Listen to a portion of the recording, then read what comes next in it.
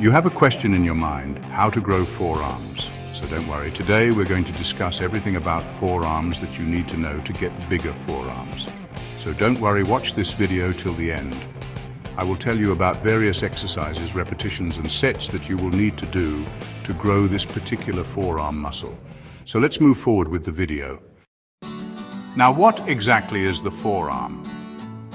Your forearm is the muscle between your elbow and wrist, specifically the lower and upper parts, combined together as the forearm muscle. Now, how important is the forearm muscle? Let me explain. When you wear a regular t-shirt, for example, this is a small t-shirt, but when you wear a regular t-shirt, your entire biceps get covered. What stands out? The forearms. If your forearms are thin, it will look like you don't even lift weights, like you don't do any exercises, just wasting time. So growing your forearms is very important. They are the most visible and the most attractive muscles, especially when you wear a shirt or a t-shirt. Now, the first thing you need to do for forearms is train your brachioradialis and pronator teres. These two muscles are very important for your forearm. The brachioradialis is the biggest muscle and is part of the extensor muscles group, but we are talking about it separately because it's a big muscle and can be targeted individually. The brachioradialis and pronator teres are located on the inner side of your forearm. So, what exercises can you do to target these muscles? I've shared some exercises before, but today I will discuss a different variation and an important tip. One of the exercises is reverse curls. We have discussed reverse curls many times before, as they target the upper part of your forearm, specifically the brachioradialis. Of course, the biceps also get a little bit of a workout because they are responsible for flexion. But when you turn your hands upside down into a supinated position, the tension in the biceps decreases and more load starts coming onto the brachioradialis, which is the forearm muscle. And at the same time, the pronator teres also gets engaged. Now here's the trick. Many people may have trouble with the straight bar. So you don't necessarily need a straight bar if it's difficult for you. You can use an EZ bar, which is curved and easier to grip. When you grip it, make sure not to use a regular grip, but a hook grip, which is also known as a false grip. When you use the false grip, the load shifts automatically to the forearm.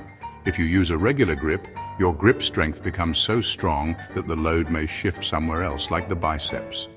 When you are doing reverse curls for forearms, especially for your brachioradialis, you need to focus on the top part of the motion. The most tension on the brachioradialis occurs when the range of motion is above half. After that, the tension slightly decreases but remains, and the movement becomes easier. So some people target the brachioradialis by stopping at the half motion. A very important tip is to use the false grip and perform the full range of motion. But you will struggle the most at the top part of the movement, which means your brachioradialis is doing most of the work. How many sets and reps should you do? For this exercise, do 3 sets of around 12 to 15 reps in slow motion with good form. Do this exercise on the same day you're doing back or biceps workouts. It will specifically target the upper part of your forearm, the brachioradialis and pronator teres. The second important point is targeting your flexor muscles. As I mentioned earlier, the extensor muscles are located at the top of the forearm, and the flexor muscles are located at the bottom. Once you've targeted the extensor muscles, it's time to target the flexor muscles at the bottom. A great exercise for this is the behind-the-body wrist curl. This exercise is excellent for targeting the flexor muscles. Make sure to perform it with controlled form. Place the weight behind you and curl your wrist fully up, then stretch it back down. The most tension will be on the flexor muscles, and you'll notice that this muscle will start becoming rounder and growing in size. For this exercise, do 3 sets of 12 to 15 reps and make sure to use controlled form. Don't try to lift too heavy. Do this on the day when you're working on your back or biceps. You can add this exercise to target your flexor muscles.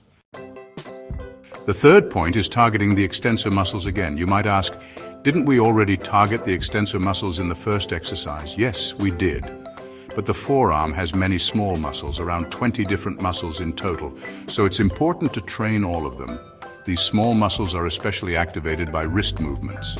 When you train the flexor muscles, you bend your wrist downward, but when you target the extensor muscles, you extend your wrist.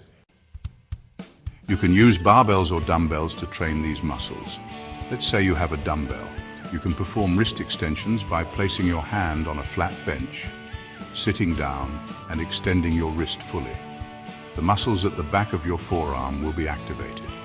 You don't need to lift heavy weights. Just use a manageable weight like a 7 to 8 kilogram dumbbell and do 3 sets of 12 to 15 reps in slow motion. You will notice a good pump in your forearms. The fourth important point is wrist adduction and abduction. So, you've already understood wrist flexion and extension, but now it's time for wrist adduction and abduction. This is also very important for targeting the forearm muscles. One exercise I recommend for this is the suitcase hold. You may have seen people carrying their suitcases while traveling, holding it at their side. Similarly, you can use a barbell in the gym, gripping it at the center with weights on both sides. Your goal is to pull the weight forward while controlling the movement and holding it. This exercise targets both wrist adduction and abduction, and it's a great way to work on your forearm strength. Few athletes train this, but it's essential for those who need grip strength in their sport. Many bodybuilders also do this exercise. You can increase the weight gradually as you get stronger. If you don't want to use a barbell for this exercise, you can also use a cable machine to perform adduction and abduction. Set the cable at the top, hold it with your hand, and pull the cable downward to perform the adduction. Then reverse the movement for abduction. This will target the muscles on the sides of your forearm. By performing these exercises with controlled form, gradually increasing the weight, and working on both flexor and extensor muscles, you'll see significant growth in your forearms.